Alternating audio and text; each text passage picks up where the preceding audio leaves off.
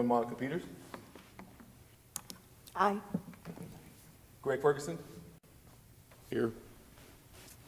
Ron Hollis. Here. Melody Burnett. Here. Patrick Chapin. Is he doing with us? And I would really like to recognize Mr. Ray Gibbs, who is retiring. He, in his service with Fort High Point, and in his place today is former High Point Mayor Bill Vincini. Thank you, Mr. Chairman, President. Thank you. Tom Connolly is not with us, and Jessica Wynn is Here. here. Thank you all for being here this holiday season. Today we have two items on our agenda. The first is the approval of the July 27th meeting minutes, and I will make a motion, if there are no changes, that those minutes be approved. Second. There's a motion and a second by Melody Burnett. All in favor, please signal by saying aye. Aye. Any opposed? That motion passes. All right, next item, we are very pleased to have with us Ryan Short from Civic Brands. They have been selected as as the firm who will lead our marketing and branding efforts going forward, and we will have a presentation by Civic Brands, and at this time, I will turn it over to Ryan. Ryan, welcome. Thanks, you all. Good to hear you. I can't see you, but I think you guys can see me. I'll go ahead and share my screen and just give you a short presentation on who we are and a little bit about our process.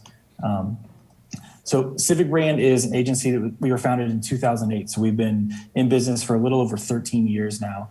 And we specialize in, as our name should suggest, civic branding. So we work with cities, counties, districts, and really focus on developing community-wide branding.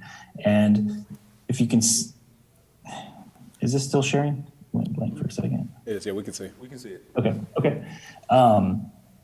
So a couple of things about Civic Brand. You know, our projects have been nominated on a global stage for 3 years in a row, minus 2020 because we simply didn't enter that year because it was a bit of a crazy year.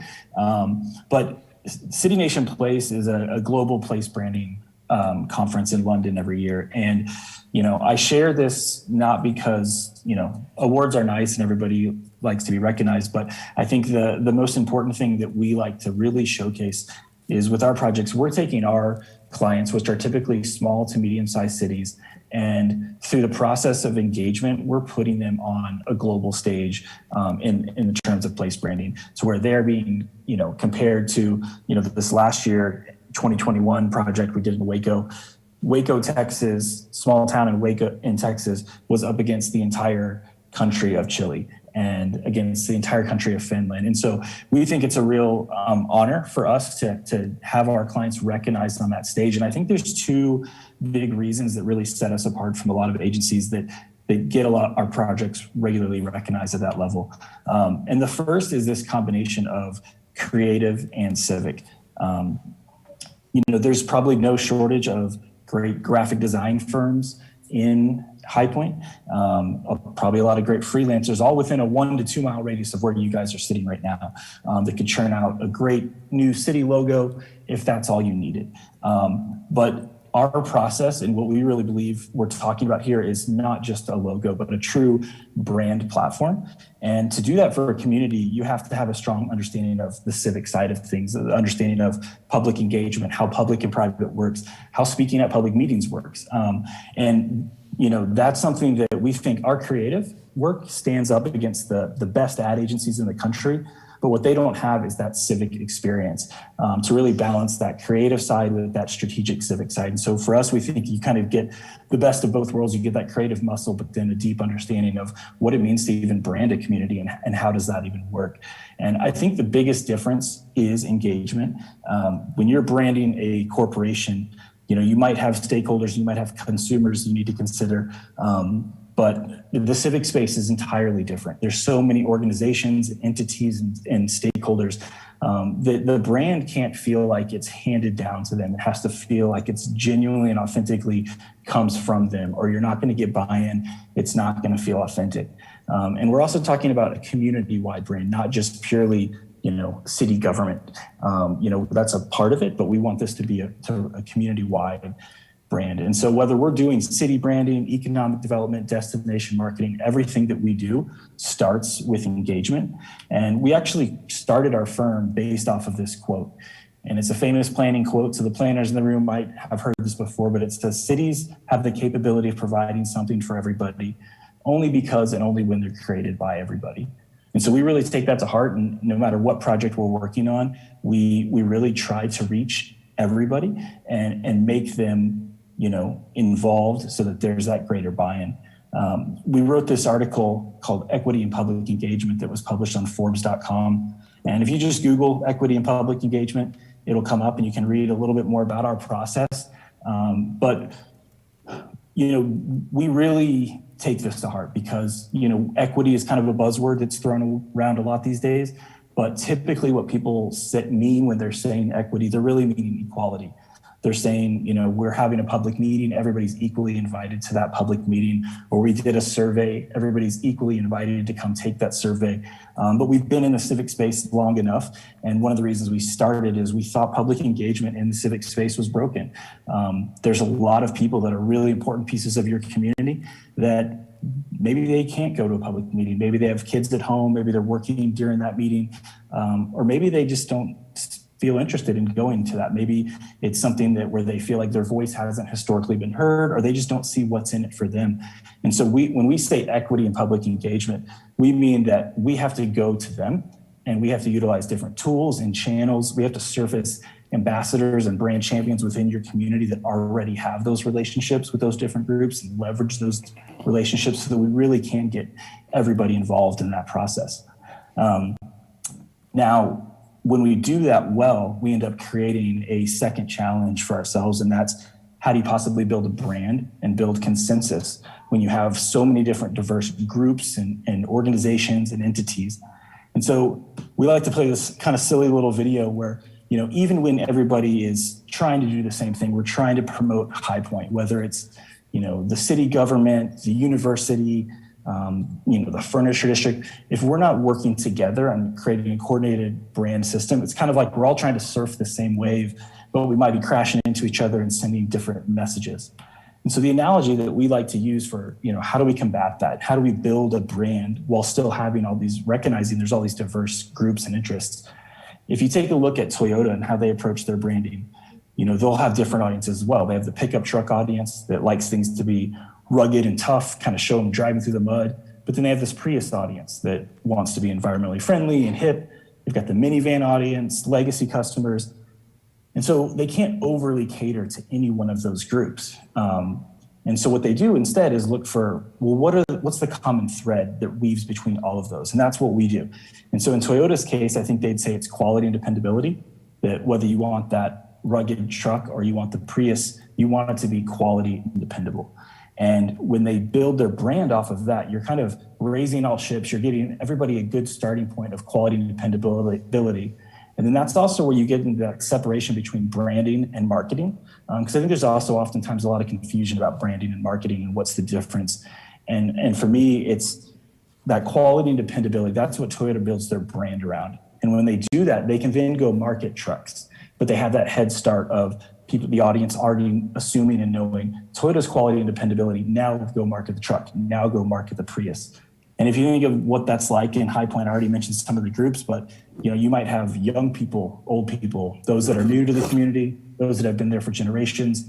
You might have different organizations, whether it's the chamber, Visit High Point, the university, city government. So you have all these different entities, individuals, groups, demographics. High Point means something different to all of them. And so we want to deeply engage all of them, understand what makes High Point special to them, and try to surface those brand principles to really build a brand platform that is that open source brand platform that has open source elements that residents, business, businesses can buy into and leverage to assist them. So it's not just purely thinking city government logo and letterhead, right? It's thinking community-wide brand platform.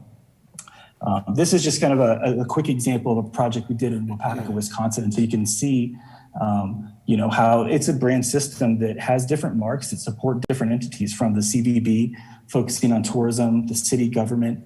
There was a resident element that residents can buy into, and that they also can funnel future planning efforts under that We Are Waupaca identity, so that when they go to do their comp plan, parks plan, downtown plans, all those different plans, that We Are Waupaca element is, we've built the groundwork with the engagement that we've done, so that when they see that mark, they know that, hey, my input is being sought.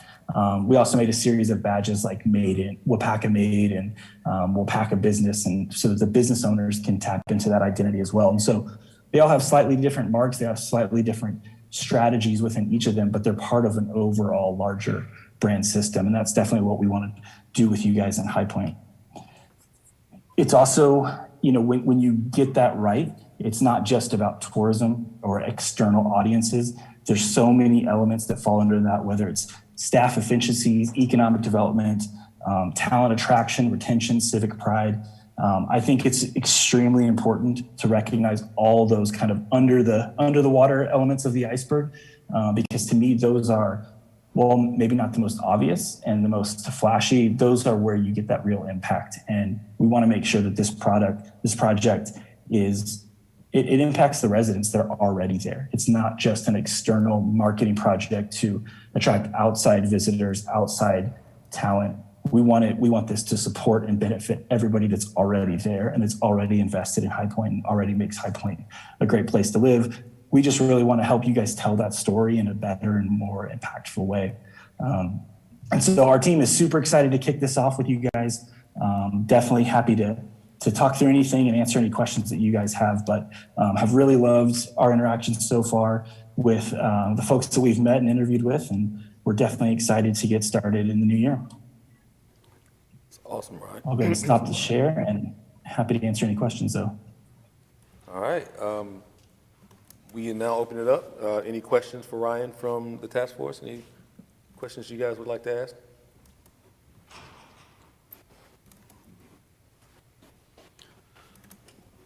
So Greg Ferguson, Assistant City Manager. Several of our organizations have done some recent work with their brand.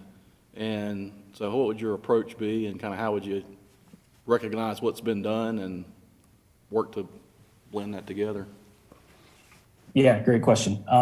So as part of the research and audit phase, we're going to look at what has been done, what is out there. There's definitely going to be elements that exist and already have brand equity built.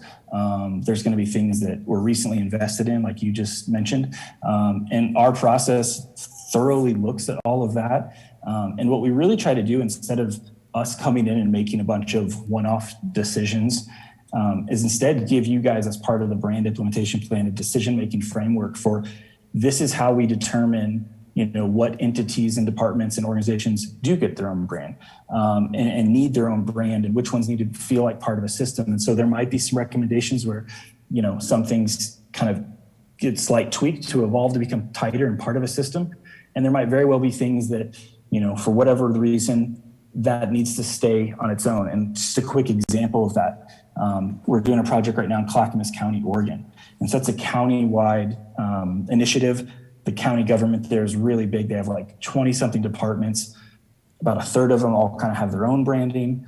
There's a lot of entities like the golf course, for example. And when we, look at that, you could easily argue that both ways for the golf course. A big part of, I think, civic branding is getting credit, right? A lot of people don't understand how cities work. They kind of just turn on their water and water comes out. And when you're not getting that credit for the positive things, that can become a problem over time with civic pride and apathy and how people approach city government, because if they only recognize, potholes, if they only recognize, that it's maybe not as easy as they would have liked to get an application or a permit, things like that, but they're not recognizing all the things that the city does and provides them, then it becomes a problem. It's like kind of putting drops in the negative bucket and you're never putting drops in the positive bucket. And so That example in Clackamas County, Oregon, we were looking at specifically the golf club, and it was a county provided facility. And you could easily argue that both ways. You could say, we don't want this to feel like a county facility because maybe that doesn't feel as high end. We want it to have more of a country club vibe. So it should have its own look and feel separate from that.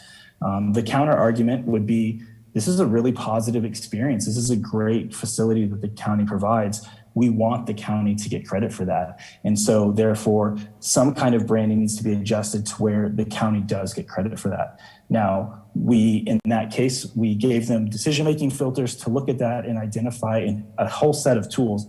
And so we have a whole separate presentation on this, but the different levels of sub-brands, endorsement marks. If you think about Kellogg's is a really good example. Kellogg's is a corporate brand, right? But then they have different sub-brands like Pop-Tarts.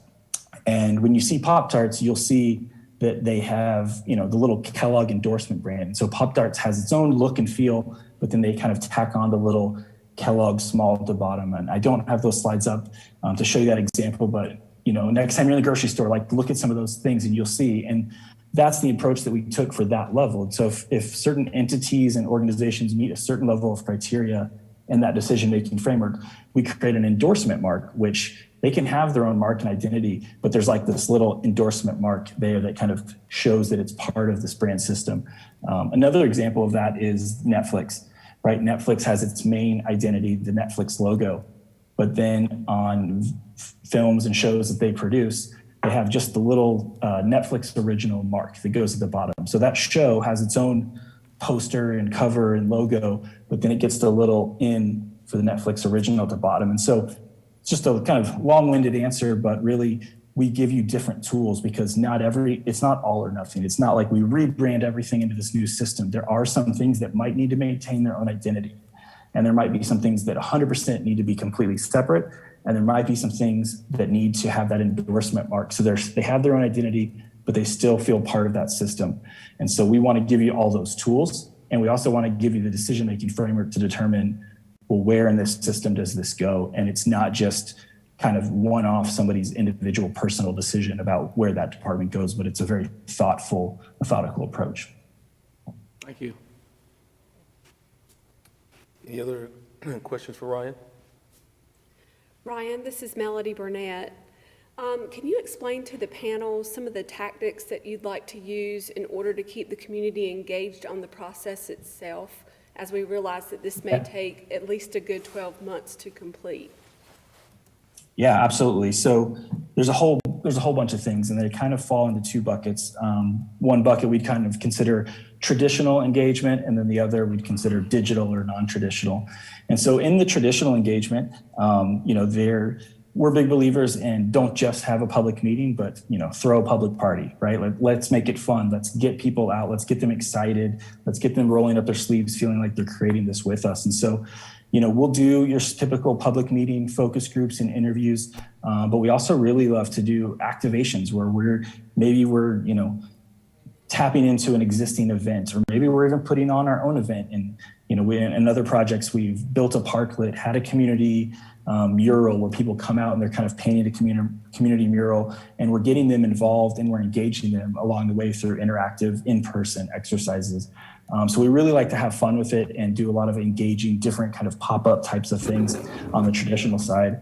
On the digital side, first there's a project website. It's kind of that 24/7 hub of information about the project. That's where surveys and digital things will be hosted. We're going to do a podcast, which I'm really excited about. We've started doing those on some of our recent projects. And the podcast is really just a way to have different conversations on different topics about a community. And it's kind of looking at that community through a lens of different topics, and have different guests come on, and people can listen to that on Spotify and Apple Podcasts. So it's just kind of another way to have conversations that maybe if someone's at work or driving, they can still tune in and listen to it and then come back to the site and leave comments and feedback. Video is a huge part of our process. If somebody came to a public meeting, took a survey, maybe even they were in a focus group, that's really good engagement. That's somebody actively involved in 3 different things. But as you mentioned, this is a 12-month project. There's going to be hundreds of things that are happening outside of those 3 engagements.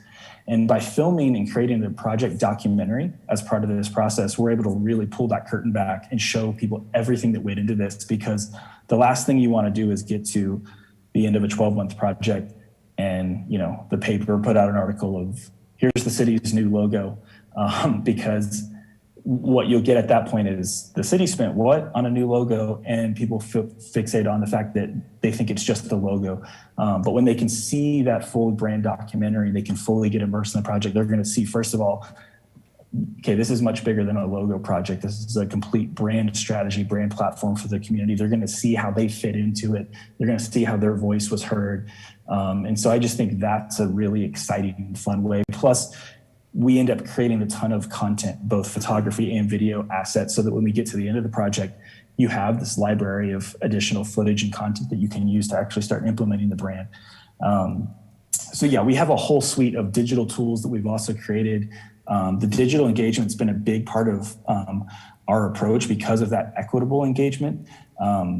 That a lot of firms just during COVID had to kind of figure some of that out for the first time. And we had been doing this for many years. So we had kind of already had a lot of lessons learned. Our communities weren't the guinea pigs where we were trying to figure that out. And a lot of planning firms actually came to Civic Brand during COVID to help us, you know, give them those digital tools to engage with, because they all of a sudden they couldn't do their public meetings and their charrettes. And so they utilized a lot of the digital tools that we had built over the years to do that. And so, so we have this robust set of traditional and digital tools. And for each audience, we really, to that equitable part, we really look at, well, what's the right tool for this audience? Because the last thing we want to do is get too cute with digital and try to go everything's digital. There's a lot of things that a lot of audiences that need to have that in-person interaction. And so we look at who's the audience, what's the best way to reach them.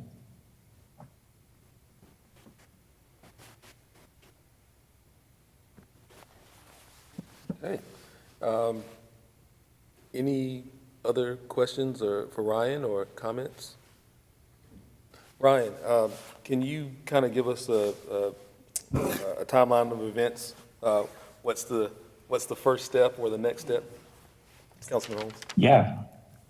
Yeah. So our very first step, once, you know, everything, all the official paperwork and stuff is all signed, is to do a kickoff meeting with the staff team and essentially branding committee. And so at that point, we would we'd walk through the timeline. We'd set up what are those initial engagement tactics that we want to do and plan that first trip. A lot of things center around that first trip out there. And that's when our team would fly out to High Point.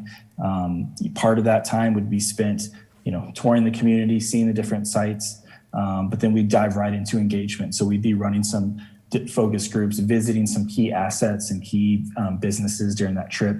But those kickoff meetings really would kind of just set the stage. We have those planning meetings early on where we outline everything. We outline what's the URL for the project website, when's the first trip going to be, are there events we want to try to coordinate around, either because it's a good time for us to be there, or are there weeks that we want to avoid because it's a bad time for us to be there. But that's really the very first step. But then, as mentioned before, it's a pretty long, it's a 12-month on average process. And so there's so many different parts and pieces to it, but that's definitely the first part, is that kickoff meeting to plan that first trip. Great, thank you. Mr. Chair, this is Jerron Hollis, Managing Director. Hello again, Ryan. One of the benefits we saw from the strategy that Ryan laid out was a way that we could overlap some of our strategic efforts as far as our downtown marketing. And Ryan, I know you kind of gave a briefer version of, you know, what we saw during our earlier conversation, but can you talk a little bit about how we could, with the tools that you've discussed and some of the things you've done in the past, highlight our downtown marketing, because I know that's really big, especially with our Forward High Point group and some of the efforts that they have discussed in the past. Can you talk about that a little bit, specifically about how downtown would be incorporated into this? Yeah, for sure. So there's kind of two things that come to mind. I think we've talked about both of them. So I'll kind of explain both, because I think one of those is probably what you're looking for me to elaborate on. The first is, you know, a downtown is such a key element of a community. And so, first, just like with Visit High Point University, we view downtown as one of those, it's like a truck or a Prius, right, in the Toyota example. And so downtown is such a huge part of it, but we also recognize that it's not the only part of it. And so we want to deeply understand the role that downtown plays, the trajectory of where downtown is headed, where it's been, to really understand how that influences the entire project. But then we also like to utilize a lot of the, placemaking and activation elements as part of our engagement. And so there's comprehensive plans, downtown master plans that we work on and that we're parts of, where, you might do an activation where you do some tactical urbanism or temporary installment to show what an activation could be like. And so while this isn't a downtown master plan that we're doing, we like to, oftentimes as part of the engagement, look for opportunities to do that and look for ways that the brand can find its way into the built environment. Sometimes that's very subtle ways, just like placemaking elements. And sometimes that's more direct ways with like gateway signage and wayfinding and monuments. And so as part of that engagement, if we can create an activation or event where we're both improving the built environment and engaging people in their community and surfacing information about what makes High Point great, I think that's a win for everybody. And so we really try to look for opportunities to do that and kind of leverage some of that urban planning stuff that we oftentimes do work on, but through the lens of brand. And so tell me if that doesn't answer the question, or if you had something else in mind that we had talked about. No, that answers the question. We've got specific assets that we put a lot of energy into in recent years, and I think as part of the information gathering and the research, I think that will come up, but we do think that's an important strategy to help us maximize this effort with some of the other efforts that have been going on. So thank you for spending a few minutes on that. You bet. Okay. Well, Ryan, we really appreciate you taking the time right here at the holidays to be with us. We felt like it was important to, since now that you're on board, to introduce you to the remainder of the task force, and as we move forward with this project and how we're all going to be working together to make this project fantastic. So thank you for your time. I hope you and your family have a wonderful holiday, and we really appreciate you being here today. We're very excited about this. You bet. Thank you all for your time, and we look forward to chatting with you guys soon. Yeah, very impressed with your presentation, very impressed, so thank you. Thank you, Ryan. You. Appreciate it. Thanks, everyone. Well, are there any comments from the task force, any things you guys want to add before we adjourn for this year? Excited to get started. Yeah, what month do you think he should come? So I guess the first trip, his team would fly here at High Point? Yeah, I think maybe Manager Ferguson, when all the contracts and everything are done and legally we're ready, we can plan that trip. Is that correct? So as soon as all that's done, then that's the next step, is when they'll come out. Okay. Yeah. Should we try to kind of maybe plan it with, I don't know if March is too late. You know me, I'm always like, let's meet tomorrow. But anyway, maybe when Tim Elliott's going to do his stuff on March 22nd, can we kind of coordinate some things that are happening with the time that he's coming, just so that he gets a bigger picture, or Yeah, consider that? I'm certain part of that discussion will be how we maximize all of the current events that we're having with his visit. So, Okay, great. So I'm certainly that'll be part of the initial conversation. Mr. Chair, recognize Ryan Ferguson, I think, specifically about the start time and some of the ramp-up that we had discussed. Do you want to elaborate on anything? No, thank you. That is a great idea, that, kind of getting them. We want to maximize everybody that we have here in the city. From all of you are up there, people like High Point Discovered, Tim Elliott. We want everybody to be involved with this, and not only just these people, but like what he was saying, there's a real big reason that we, chose them, was the way he approached trying to engage the entire city. He's done that multiple times in cities that are just like ours with diverse populations. And that was a huge reason why we did that. So in their proposal and their scope of work that we have, there's multiple site visits that they will have. And we will definitely make sure that we maximize those as best as possible. And if we could do that, marrying some schedules with Tim Elliott or just even let know, someone like Tim or other people here within the city that this is kind of when they're coming in. And that's going to be a part of it too. We're going to have that schedule out because we want, you guys to be involved in the process, community leaders to be involved with the process. So we're going to have to schedule some meetings, some sit-down time, for city council and for, people like Visit and things like that are our community partners that they really kind of want to hear from. So that definitely will be taken in with the schedule. I think moving forward, and John might want to talk about that, but I think we need to, I believe, take this to council, kind of let council kind of absorb that a little bit, make the decision that we want to move forward with that. Once we have that, then we'll work with our legal team and purchasing to go ahead and put contracts together. As soon as we can get that contract together, then we can start this process. So exactly like you, I'd like to have her whip something up today, and then we'd have that tomorrow. But Sure, Megan. so she's writing some stuff down right Probably now. already got it. So we want to do this sooner than later because obviously this is a huge deal for us. This is a monumentous deal, and Councilman Holmes has said that more than once. And I'm excited to get started. I know I'm excited just from my position here as marketing manager. I'm excited as just from a little 9-year-old boy who's going to get to enjoy the fruits of what we're doing, not only just with this branding, but everything else that we're doing. So it's as Jay says, it's an exciting time to be in High Point. So. Awesome. If there's nothing else, I just want to say I am honored to serve with all of you. This is something that I believe will be a generational thing that will be part of the change of High Point to come, and all of you are going to be a part of that. I'm pleased to be here as chair of this task force, and I just want to thank you all for being willing to serve. And it is a great time to be in High Point, and I look forward to the future. And I would like to wish you all Merry Christmas and a Happy New Year. Enjoy your families and be safe. If there's nothing else to come before the task force, I will officially adjourn. Yay! Absolutely. It's a great time to be in High Point. However you say that.